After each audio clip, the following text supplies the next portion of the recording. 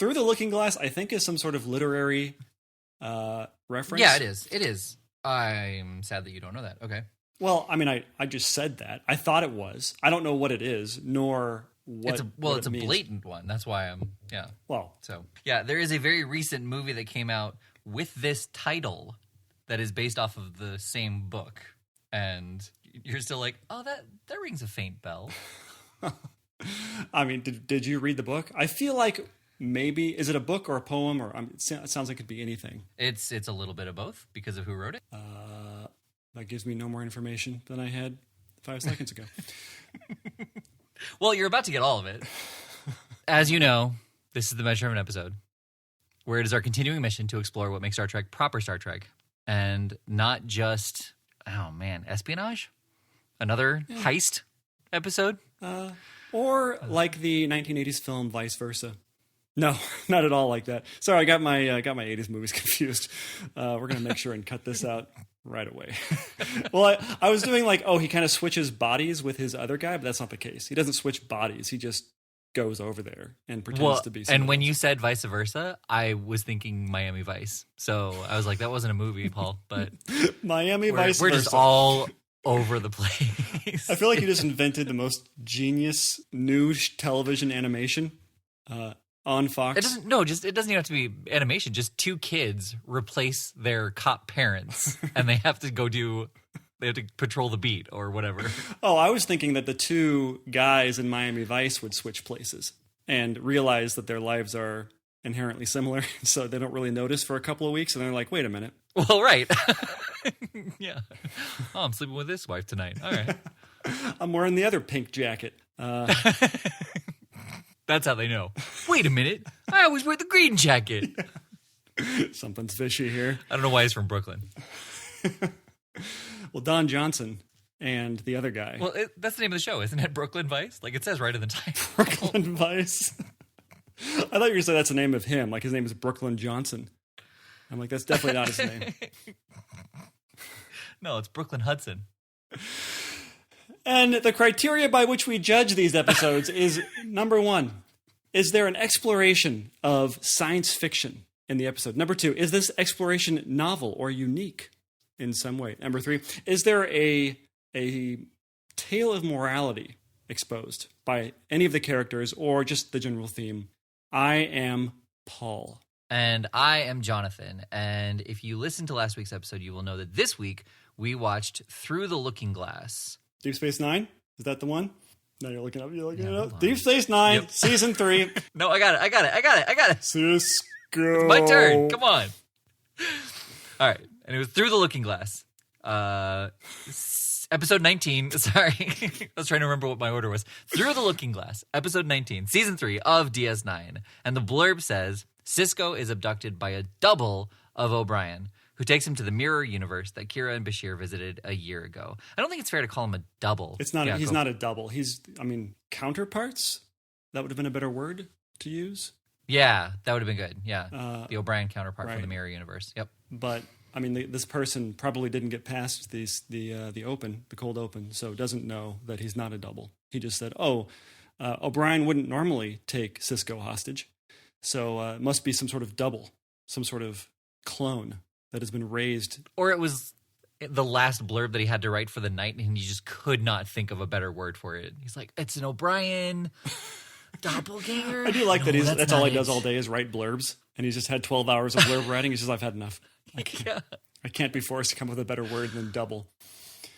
Well, I feel like that's got to be somebody's job, where their job is to write blurbs. I mean, maybe it's not, their job all the time, where, what do they do? They write blurbs for Netflix episodes. But based on the blurbs on Deep Space Nine, it is very clear that this person watches only the cold open and doesn't watch the entire episode. Or they could be going from the script. I don't know how they would do this, because there are longer blurbs about, you could go to StarTrek.com and read the actual synopsis, and it would be a much more in-depth exploration of the episode. But I can't tell if they're just copying and pasting the first sentence from the Star Trek blurb. Well, that's enough. Right. That, and also there is a TV guide blurb as well that you can find online. I mean, maybe not when these were first developed, but they are out there. You can find out what the original 2 to 3 sentence was that you would find in that little book for our listeners who are were born in 2000. There was a book that you could get every week by the cashier at a grocery store. A cashier was the person who actually did what the self-checkout now does. Wait, is the self-checkout the thing you do at your house? You mean like when you're checking out on Amazon? Is that what you mean by self-checkout? I mean, that's what you mean, right? Yeah. What do you mean you have to go somewhere? Way back in the day. Yeah. Right. We actually had to go to the store. Okay. So, you didn't know if they had what you were looking for. Sorry. It actually meander this entire gigantic 10,000 square foot area for the eggs. I had another problem with this blurb. So does it happen often that they actually mention a time frame? Because it says who takes them to the mirror universe that Kira and Bashir visited a year ago. And it's just weird. There was like a year ago. And then in the show, he's like, are you from the same alternate universe that my officers went to a year ago? And I was like, a year ago? First of all, is he just being kind of vague? It's like, it was almost a year ago. Maybe it was 9 months. Maybe it was 14 months. But give or take. Or was it a year to the day? And he's just that on it with his schedule. I happen to be going through my previous commander logs. It's so strange that you showed up today, because today's the exact day, a year ago. It's like, Smiley, I got you something. And it's not even last year. It's a year ago.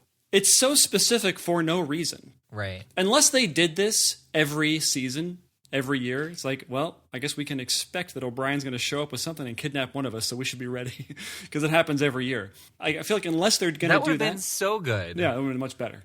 Much better. But no, they don't do this every year. I think they go back like once or twice more through the series, but it's not every other season or anything like that. I think there's one season where they go twice, and that's the last time they do it on DS9. So they go the most in DS9, but it wasn't an annual, it wasn't, what's that, Grateful Day or whatever the Bajoran annual celebration is that we only see once. Grateful Day. I think that might be it. It's something like that. It's something they came up with on the spot and did not workshop at all. They're just like, yeah, Grateful Day. Yeah, that's fine. Throw it in. We just need it for this episode, and then even though it's an annual thing, we're never going to talk about it again. Exactly. So anyway, yeah. So that's you're right. It is weird that they're like to the day. Why? Today's the anniversary. I know, of the same thing. How strange. But the episode does not begin with O'Brien kidnapping Sisko to go to this alternate universe. It starts with a completely unrelated, completely unnecessary thing with Quark and his Vol fight thing. And it's just totally unnecessary. All we had to do was just have Sisko walking to the bridge, maybe saying hi to Odo or something as Odo. So you can establish that Odo is not on the bridge and would take care of it. Do they have bridges? I don't know. Doesn't matter. But the point is, could have cut this whole Quark business at the beginning. Wouldn't have mattered at all. So by the way, no. So he says at the end, in sort of the writers doing their thing where they say, or Quark says, it's just going to break his hearts that he can't race his voles or whatever he's doing. Right. So what's the situation here? Is it that the Ferengi have miraculously adopted the same parlance of broken heart, that whole concept in their language development? So we simultaneously, in parallel, as humans and as Ferengi, developed that same general idea? Or is it that the universal translator performed just a bad translation? It didn't get it right. Because let me tell you something, Jonathan. It is not that it's just lazy writing, that they just decided to, let's tack on an S onto a human saying, and that will be enough to make sure that everybody knows that Quark is not human and, in fact, an alien. It's not that. It's one of the other previous two things that I mentioned. It's not that it's lazy writing. So which one is it? I would say that it's the translator picking the best expression in English for what Quark actually said. Because clearly what he would have said is something about how he would rack up debt or he would not make a profit out of this. Well, it actually begs the question, though, a grander question of, is the universal translator always working, or have they all, because they all lived kind of on the same base, well, exactly, they all exactly live on the same base, not kind of, that they're all kind of speak the same language. You know, if we were to move to Germany, we probably would start speaking German at a certain point. So I wonder, in general, on a base like that where there's tons of people who are just different aliens, is it always running? Are they just always running? And Quark is speaking a different language than Odo, than Kira, than Bashir. You know, all that. That's never really been answered. Maybe it has. I don't know. Well, yeah, I think given the transit nature of Deep Space Nine, the fact that it is a way station and a kind of, you know, just a halfway point for so many different cultures, I think that absolutely the Universal Translators is like one of their top priorities to make sure it's constantly running. And so I think they wouldn't have to learn a universal language on the station, but I would say that the longer you were there, the more universal the colloquialisms would become. But why would they? Because you're speaking your native language. You're not adopted. Everything is being translated. So maybe there are sayings that you would say that tend to get you a better reaction because the translation is better than something else. Right.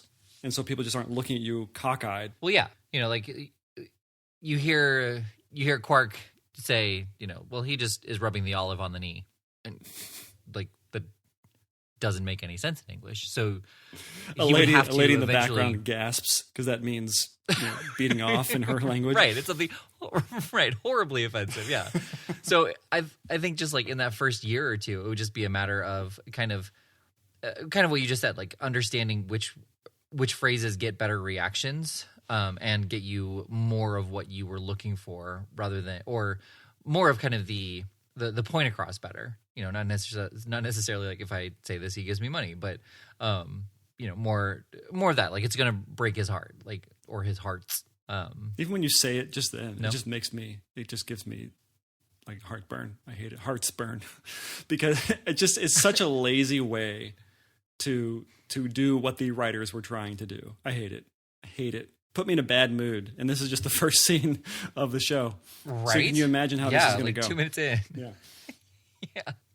Well, I'm excited for this analysis. So, okay, O'Brien, he takes Sisko to the new or the alternate universe somehow. Apparently, it's very easy to go back and forth. Yeah, which was so obnoxious for that exact reason. It now made it so easy to go back and forth, and if the rebellion figured that out, I know, then it'd be terrible. Well, then that means the oppressors should be able to figure it out fairly quickly as well, which means that they would absolutely start using it to either attack over here or recruit over here. Yeah, who wouldn't? It would be terrible for the show because it would actually become exciting that there was this sort of cross-universe war going on. And I don't know what they would do if that happened. Maybe that's why they nipped it in the bud. But okay, so Sisko, right. So O'Brien takes Sisko, and Sisko is totally once again nonplussed by something fantastic and amazing and awesome happening to him. Number one, it happened in Trouble with Tribbles, or the Trial and Tribulations, where he's just time traveled and effectively gets to go back and witness historical events in person. And now he's going to another universe where he gets to see his dead wife, and nonplussed, doesn't seem to care. The only thing he cares about is accomplishing the mission that he was that he wasn't super crazy about doing anyway at the beginning. And I don't know. I just don't know if that's just the stoic nature of Ben Sisko, or if it's just bad writing, or a little bit of both, or if it's bad acting. I don't know. It's just so weird that he's being put into these situations that anybody on the planet Earth would be just astounded the entire time, just baffled at what was happening to them, especially when seeing a dead relative or wife or spouse or whatever. Right? He just doesn't care. He doesn't seem to care. Like, he's not even like, I was totally expecting there to be some sort of conversation that Sisko would take Jennifer with him back to the future. And that why not? She was obviously, she had nothing to live for. It was kind of a crappy time to be a Terran, as they were saying, which I was taking as just sort of another word for someone from Earth. And yes. So why not go to this other place where, hey, we get to be married and it's actually nice, and the other one died, so you're not going to run into her. I didn't kill her, in case that's what you're wondering, so don't worry about that. And win-win for everybody, because she wasn't super liked by the other people in the Resistance. So, because she was working for the people who were killing them, and so I can see why they wouldn't really want her on their team. So just go with Sisko. But it wasn't even discussed. Not even discussed. She was like, "Where are you going?" She's like, "I can't tell you." She's like, "Okay, enough said. Yeah, I'm fine with that. We're married. I know. You're not going to see me again, though. I don't know if you're going to see me again. Where are you going? Don't worry about it. It's fine." Right. Okay. Okay. Hey, let's end the episode now. Okay, roll the credits. That's fine. Totally satisfied with that. I'm getting a little sarcasm. That's the whole end scene. It's like, I'm going to leave now. Oh, you are? That's too bad. Yeah, okay. Well, I see you again? I don't know. Maybe not. Okay. Yeah. What's that over there? But Sisko doesn't care because he's nonplussed. That should have been the name of this episode, by the way. Just nonplussed. Nonplussed. Well, I do agree to a certain extent. To go back to the end point, like, there's no way he would have been able to take Jennifer with him, because that just raises way too many questions. Like, hey, here's my dead wife from the last 4 years. Well, you could. Why does it have to be a secret? Yeah, I took her from another alternate universe. We can do that now. We're doing that now. It's fine. Oh. And right? Like, I mean, it does. I can understand why you want to keep it a secret, because you don't want people just sort of harvesting dead people from alternate universes and just reinserting them into your life. But because that would be way too interesting for something for this show to do. Well, but it's way too tangential too. Yeah, I guess. But how great of an episode would it have been if the first half, or at least the first third of the episode, was O'Brien trying to get Sisko back to the future, or back forward to the past. No, it doesn't work. That doesn't sound as good. I can see why they landed on Back to the Future. But right, like, it would have been so much fun to see them do crazy science fiction procedural of, it's not just, oh, let's take a trip around the sun and all of a sudden we'll be back to exactly where we need to go, right? Mm-hmm. Why not take a little bit of time and have it not just be that, because it's not like a lot happens in the episode. Right. So just really quick, just to land on that, like, we'll talk about it at the end, but this was not a sci-fi. This was not a proper Star Trek episode. Definitely not. Right? It could have been. It was very close to being one. But I do wonder if the one a year ago was actually very science fiction based, and if maybe they explored a little bit more of how to go into an alternative universe. I don't think so. I really feel like most of the episodes, when they go into the mirror universe, it's just there was a transporter malfunction. Wait, is it mirror? Somebody said the wrong incantation. I guess it says mirror, but I'm getting the sense it's just an alternate universe. Don't they even say alternate universe in this episode? They might, but it is the mirror universe. It's the same one where Kirk, because all of this separation and rebellion and oppression and alliance and all that kind of thing, it stems from Kirk going over to the mirror universe. Okay, I didn't know that. I didn't. That wasn't clear from the blurb. And you're like, I read that blurb so many times to try and understand. I referenced it many times. Yep. It did not reveal anything. Poured over it. Yeah. Yeah. And I don't know. I don't know if the previous one was like this, but the way that Kira is just hamming it up, and Bashir is hamming it up. Like, Kira feels like she's playing Cleopatra on the holodeck. Mm-hmm. Bashir feels like he's playing Pirates of the Caribbean with his, like, kind of piratey shirt that's like it's like part open. I guess that's something that, I don't know. Anyway, he's like got long hair. And his mascara, right? Like, he was the one with the mascara. Yeah. I don't. Okay. Yes. I mean, of course. But of course. But it just there's somebody who's going to be wearing mascara. He seems like the type. But it just feels a little bit like a holodeck novel, because it felt as though they were playing the novelty of the differences between the universes instead of emphasizing the stakes. Because Kira was very over the top in the way that she was, like, villainous. It was almost like she was a comic book villain. And Bashir was being the same way as sort of the shady, I will probably double cross you throughout the course of this episode type of character. Right. And it just felt like, why are we leaning into that and not, my wife is still alive and maybe I should bring her back or something like that, where it's not just them getting to play Pirates of Penzance. Okay, so two things happen when Sisko gets to the past. Like, I don't know why it's like, it registered as like him time traveling for some reason. I don't know why. But so he gets... Well, because his wife is there. Like, that totally makes sense. That makes sense. I get that. Good point. So he gets to the past and some crazy stuff happens. Number one, Tuvok is there. Very interesting. Yep. Except doesn't need to be there because he's in two scenes. He gives some sort of expository dialogue and has no role to play. It could be his words, also known as dialogue, could be said by anybody and it wouldn't matter. Yes. That was just stunt casting because he happened to be walking by that day. And they're like, oh, Tim Russ, do you have time for 5 minutes of lines? He's like, yes. Do you have $10,000? And they were like, yes. And that was all that happened. That's exactly how it happened. Yes. We do. Okay. Yes. He puts his hand over his ear.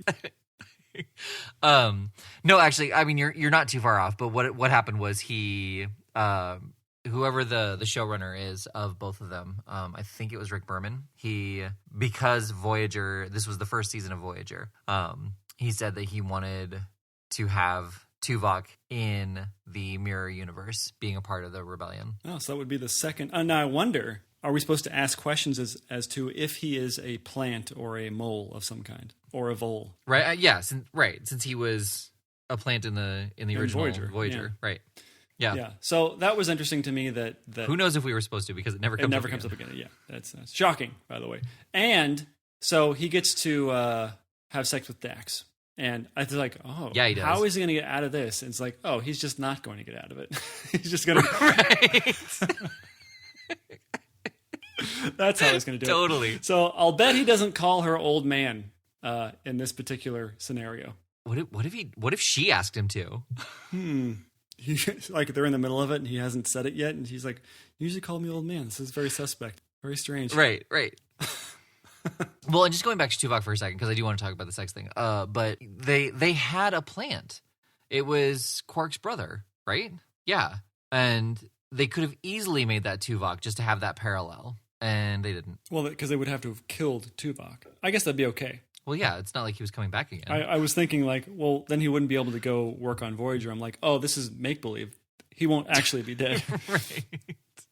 But my brain actually did that. My brain was like, but then there wouldn't be any Tuvok. I'm like, oh, wait, no. Such a huge continuity error, Jonathan. Like, that doesn't work at all. What are you, an idiot? That's not how life works. Well, apparently that's what you want to do. Just have people hop over to the Mirror Universe to pick up their dead people. I do. I feel like if considering how easy it is to travel between mirror universes or whatever they're called, right? They would be doing this. So frustrating. And I would think that once Sisko got back to the future, that he would immediately regret not bringing her with him. Also, why can't he just make visits all the time for some, what do they call that? Bang time? What's it called? Booty call. There we go. Conjugal? Oh, okay. Is it conjugal if you're not incarcerated? Like, is sex just conjugal all the time and we just don't call it that because that's what prisoners do? Heck yeah, it is. Well, what are we talking about? Dax? So we're doing a Tuvok. podcast. No, yeah. So, okay. So Tuvok, are you done with Tuvok? Always, but yeah, okay. I can be. Okay. You don't have to be. I just was asking. Yeah, no, I'm done with Tuvok. Okay, good. He's my favorite character on Voyager. Did you know that? Actually, is that true? No, the Doctor is also one of my favorite. He's also my favorite. So Tuvok and the Doctor are my favorite characters. So pretty much all the characters? All the characters, yeah. That's my favorite. Those are just my two favorite below Janeway. Because Janeway is everybody's... Well, she's so smart. Yeah, she's the smartest person on the show. But... So it does seem like that Sisko was he had a little conversation in his head when he was about to have when Dax decides that they're going to have sex now. Yes. Oh yeah. That he was maybe briefly saying this is immoral for me to do this, even though I am Ben Sisko, the same person who would have been having sex with Dax. it's still immoral because she thinks you're somebody totally different, right? Totally immoral. Absolutely. Yep. But he just leans into it. I feel like what we're supposed to come away with is that this is something Cisco has always wanted to do. And he finally gets a way to do it without consequences at all. Is that? I could see that. I mean, yeah, with how quickly he did the heel turn, I think that could have absolutely been the, wait a minute. Yeah. I don't know. I mean, it just seems like that's, if we're going to dive deep into the character of Ben Sisko, it seems like he was fine with taking a hit for the team morally to maintain his cover. Yeah. Oh yeah. Well, and he has already, I mean, he will prove in a later episode that he is fine with compromising his morals when it comes to getting the job done. And yeah, I mean, it absolutely was something that he liked it. He was fine with it. Yeah, he liked it. Yeah. You know, because it very much, well, so Avery Brooks, he loved this episode because, and we'll probably talk about this too, but because Cisco finally had sex, not once, but twice. Wait, who was with Kira, right? I was like, Brian, I don't remember that scene happening. Maybe it happens like off screen. I wish I could quit you. That's how they jump back and forth between universes. Is it? Well, this is the only way we know how. So, top or bottom, your choice. What if it wasn't? Not his choice? Oh, I guess. Yeah. Well, like Miles always had to be the bottom. He's like, do we have to keep doing it? He's like, okay, well, here's the upside. You get to have sex with whoever you want to in this mirror universe. And here's the downside. There is a catch. Maybe not a downside, because there may be some people who would enjoy that, but maybe not what you were expecting as transit has, led us to believe. What we expect from transit between universes is not what you think it is these days. Right. Our budget is very low, so this is the only thing we can come up with. So you're talking... All right, I was thinking in universe they discovered this, but you're talking the writers going to Cole Meany and being like, look, the budget's really tight. We don't have special effects. It's kind of the same conversation the writers would have with Cole Meany as O'Brien would have with Cisco. Yes. Is that what we find? Yes, that is what you have to do. He takes his hand away from his ear. Yeah. And so then the episode ends. Actually, there's kind of a fun rescue thing that happens that has nothing to do with science fiction per se, but it's kind of a fun way that Cisco gets out of this. He outsmarts them. And that was the fun part for me. I didn't like all the stuff that came before it, but that whole section where they're trying to escape and then they get cornered and then he has an idea and they lets him come in. Why they wouldn't all just start coming in, just firing wildly because they don't care about anybody in that room at that point. I thought they still cared about the It was unclear if they knew Jennifer had betrayed them or if they actually thought that she was a hostage to me. I didn't know if Kira, when she came up, was like, oh, Jennifer, you're okay. That's so great to hear. Like if that was sort of sarcasm that she knew that she had, I didn't know. I felt like I missed something at a certain point. But yeah. So I don't know. They just start firing because they're going to kill everybody anyway. So I don't know. But then you would have not had that good double cross or just a cross. Wouldn't have been a double cross. I guess it was a double cross. Maybe. I don't know. No. Not a double cross, just a cross. He just crossed them. He didn't lie though. That's the implication of a cross. He didn't lie to them. He just said, "No, I set the destruct system to go off, and then I changed the code. So you have to let us go." Or by the way, why not just let it explode? There's no innocent people on this space station. Just let it explode. Problem solved. You would kill all of the leaders. Why wouldn't he just let it self-destruct after it gets away? I know. Yeah, there was nothing because there was no innocent. There weren't. There were prisoners. There were. So that's why they didn't do that because they're like, we should execute these. She says it just as sort of as set dressing or character dressing that Kira orders these 3 innocent people to be killed because it keeps all the other workers in line. That actually happens, and so there were people there. That's why they didn't blow it up. I guess. I don't know if they were thinking that way. Right, but I mean, Cisco has already compromised his morals considerably at this point. Why not just blow everybody up? Because he doesn't live there. Like, it's the mirror universe. He can do whatever he wants there with no consequence. Well, and he has that attitude at the beginning. Brian says to Cisco, "We are in terrible dire straits here. Please help us. People are dying." He's like, "This is not my problem, sir. Not my problem at all." Right. He's like, "Well, your wife is involved." He's like, "Oh, okay. Now all those people who are going to die, now they matter to me because my wife is involved." So you're right. He has no morals whatsoever because he sleeps with 2 or 3 people. Well, yeah, he's got no skin in the game, so he could easily just be as destructive as he wants. You know, destroy the entire the entire. Base, whatever. What am I trying to say? No, not the base. Like, I was going to do an analogy of like destroying, like, just destroy all the toys in the playroom and then walk out. Like, it's not your place. Yeah, I mean, the problem with that is, though, just because their lives in an alternative universe doesn't mean they don't necessarily matter. They're just as good as lives that are in your real universe of people who you don't know. And by the way, he knows all of them, theoretically speaking. But he has been told repeatedly that these are not the same people. Yeah, I guess. I would not think that Ben Sisko would, because it's a different universe, would have no value for the people, for the lives of the people in that universe. Even though I hate him. Right, but but what he's doing is, like, he's solving the problem in a way that only he can. Right. It's logical to assume that those people would die anyway at a certain point because Kira seems to be a very unstable tyrant. And so maybe they seem to just be slaves anyway, so put them out of their misery. It's not going to, unless they rescued all of them. Because there was a group of them where he says, "Everybody come with me if you want to leave this place." And then they just leave. And so I don't know if that was all of them. Well, there's one person like, "No, it's against the rules. I'm staying here." No, thank you. Yeah, the exocomp. I'll take it from here. Yeah. So you're right. But you're right. He doesn't seem to have many morals in this story. And by the way, there were like Klingons who were helping the, what do they call it? The Alliance, which was kind of cool because there was there were the Cardassians. There was, what is Kira? What kind of race is she? Bajorans. Bajorans and Klingon, as far as I could tell. And one human named Jennifer. I missed the Klingon. Who was the There Klingon? were a couple Klingons that I feel like I saw. Maybe I didn't. In the concentration camp or on the base? I feel like somebody killed a Klingon and shot them or something like that. And then there was another one that came in that final confrontation room where he sets off the self-destruct thing. Right.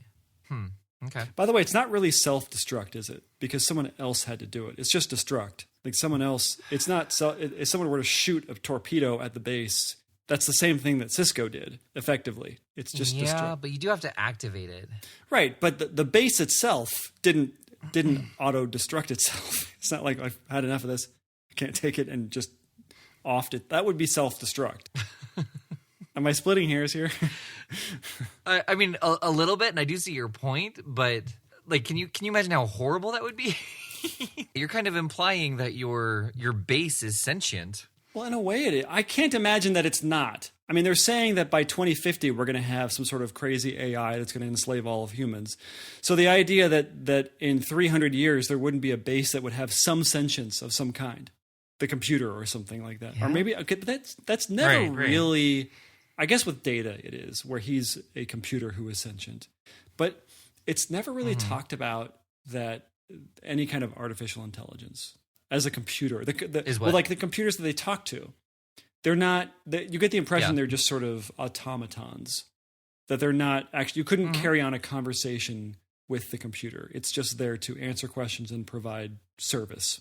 Right. But then I would think that even in the later modern Star Trek stuff, that they would in some way broach that. Maybe they kind of do in Picard, but not really. Doesn't matter. Yeah, because it's not really about the ship's computer. It is just about the droids that they made. Exactly. The cyborgs and whatnot. Yeah. By the way, is that how they got the word Borg? Is by cutting off the psi and the cyborg? I'm almost positive, yes. How did I just think of that? Or not think of it, just realize that. Is that something that you... Like, it's both genius and so lazy. Right. It's so lazy. Wait a minute. Is that how they came up with the word Borg? I thought Borg was like, oh, that's so interesting. What an interesting name for sort of a villainous alien race. No, it's not interesting. It's just cyborg. Nope. Somebody saw the word on a whiteboard and was like, wait a minute. And it's not even a name that humans gave to it. They call themselves the Borg. Right, we are the Borg. The hardest working race in the universe. Couldn't think of a better name for themselves. This is why I really believe that Borg should have come from V'ger. That would be interesting. Actually, I've been waiting for the modern Star Treks to talk about the Borg, or at least acknowledge the Borg in some way. I guess they kind of have. Well, I mean, Picard did in space. But I don't mean... yes, but I mean actually attacking, like the Borg as a race they want to just attack everybody. Like they weren't... It wasn't... Gotcha, right? Like gotcha. It was just sort of the aftermath. As an actual enemy and not Exactly. a plot point. Right. Okay. By the way, it's much too easy in this episode for Sisko and O'Brien to incapacitate the military race of beings. That was just one punch. They hit him with one punch and they're down for the count. They've been knocked out. Right. Oh yeah, completely. Like these people. Like when Smiley was working on the computer. Yeah. By the way, I was totally expecting the last scene of this episode to be Sisko showing up in his indigenous universe, encountering O'Brien, the indigenous O'Brien, and him to call him Smiley. Mm-hmm. And then that would be the end of the... Oh, that would have been so good. Yeah, but it doesn't. Right. That would have been just a neat little button on the episode. Instead of nothing. Miles walking by, like, where have you been? Oh, you can't imagine the day I've had Smiley. And just, and then the usual hold on Cole Meany as he makes the face of like, what are you talking about? Why did you just call me Smiley? I want him to have an angry reaction. He just loses it, like nobody calls me Smiley. Got that? Like he like throws Sisko up against a wall, and like grabs him by the lapels and pushes him up and just says, "Look, man, you're my commanding officer, but nobody calls me Smiley." Got it? Clear? So we're making this episode so much better. It's the little things. Just little it's tweaks. from the anal sex just to the little references to what people call each other at the end of the episode. Did you like this episode?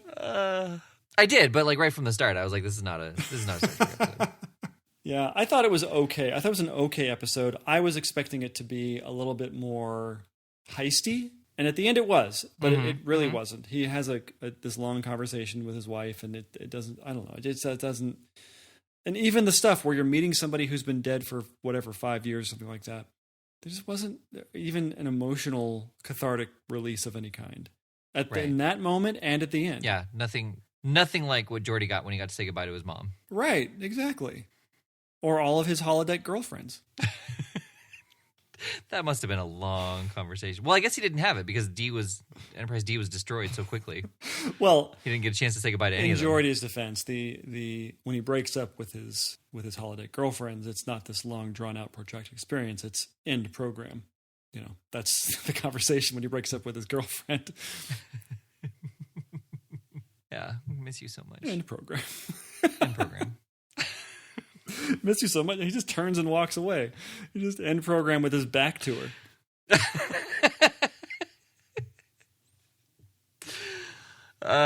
It's kind of like a badass way of breaking up with somebody. End program. Makes me want to be single again, just to try it out, see what happens. I mean, they'd have to do something to warrant that kind of a cold ending, but yeah. Well, what I would do is I would travel to a mirror universe and try it on somebody there, where you can just apparently morality is non-existent in the mirror universe. Right. Well, then you can be like, "I'm Paul's double." Right. Then be like, "That doesn't make any sense. What do you mean double? You're genetically the same." End program. End program. Run away. Maybe we're not as cool in the mirror universe as we think we would be. Is anybody though? I guess Sisko is. Yeah. Sisko gets to bang everybody he's always wanted to. Just a bang fest. All right, so we agree. Not a Star Trek episode. I didn't like it enough to give it a yes, but you said you liked it. Yeah. Well, and you were kind of saying how it's just barely not a Star Trek episode. And I'm wondering why you're putting it so close to the edge, because I feel like it wasn't the only reason it would have been counted as a Star Trek episode in my mind is because of the the traveling to the mirror universe, but that was just hand waved away. Like there wasn't any explanation as to how they did it. Yeah, and that's what I mean by it being close, is that they had the opportunity to go through a procedural like that they just abandoned. Oh, okay. And okay. it would have been, you could have just come up with some fun stuff. It didn't have to be the first third. It could just be the first act where O'Brien kidnaps him. The first frame we see is Sisko sitting at his desk, gets a call from O'Brien, "Sir, I need you. Please come to the whatever." And it turns out to not be O'Brien, the real O'Brien, because he's naked. He says, "You have to come with me, but first." But that could have been the way the episode started, instead of this silly Quark stuff that has no bearing on the plot at all. Why not take those 3 minutes and make it some sort of procedural on how to get them from one place to another? Right. Like why have Miles accost Sisko and threaten him with a phaser when you're right, he could have done exactly that.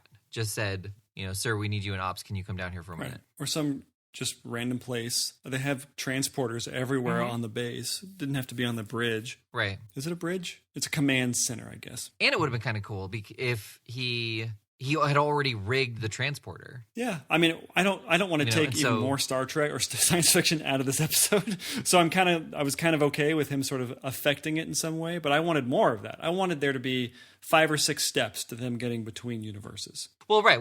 That's kind of what I'm saying. Like he says, "Sir, I need you. Can you come to this area?" And like for some reason, Sisko has to teleport there, and in so doing, he teleports to the mirror universe. Yeah, something. That would have been something. That probably wouldn't have been enough either, but it would have been more than what we got. No, I don't think so. But yeah, so it's a no, yes, no. Yeah. I guess let's see what we're watching next. Good call. Star Trek, The Next Generation, Season 5, Episode 26, Time's Arrow Part 1, which means we'll be doing Season 6, Episode 1, Time's Arrow Part 2. That's right. This is very exciting. This is a very good cliffhanger 2-parter. I remember enjoying this from my youth, and it should be a good one. I remember just the conversations, just all of us being blown away, like the fact that Data's head was in the past. Like, what was that about? Yeah, spoilers. I didn't know that. Oh, I'm sorry. For those of you who are watching this episode for the very first time, before you listen to this podcast, yes, that was a spoiler, and I apologize if I just ruined it for you.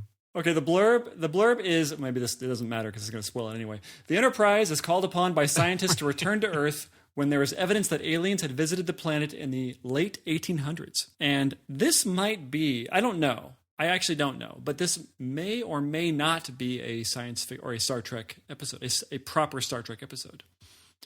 Because this might, I know they time travel, spoiler alert, and I don't know if it's one of these things where they time travel and they're just there for all 2 episodes and really nothing happens science fiction-y, and then they travel back, and so that's not really, that doesn't follow our criteria. So we will see. Mm-hmm. It is not a home run all the time with Next Gen oration. Well, yeah, I mean, based on our criteria, it's not. Like there is a chance that this is a great episode. I mean, I'm almost positive that it's really well written, but is it proper Star Trek? We don't know. Only one way to find out.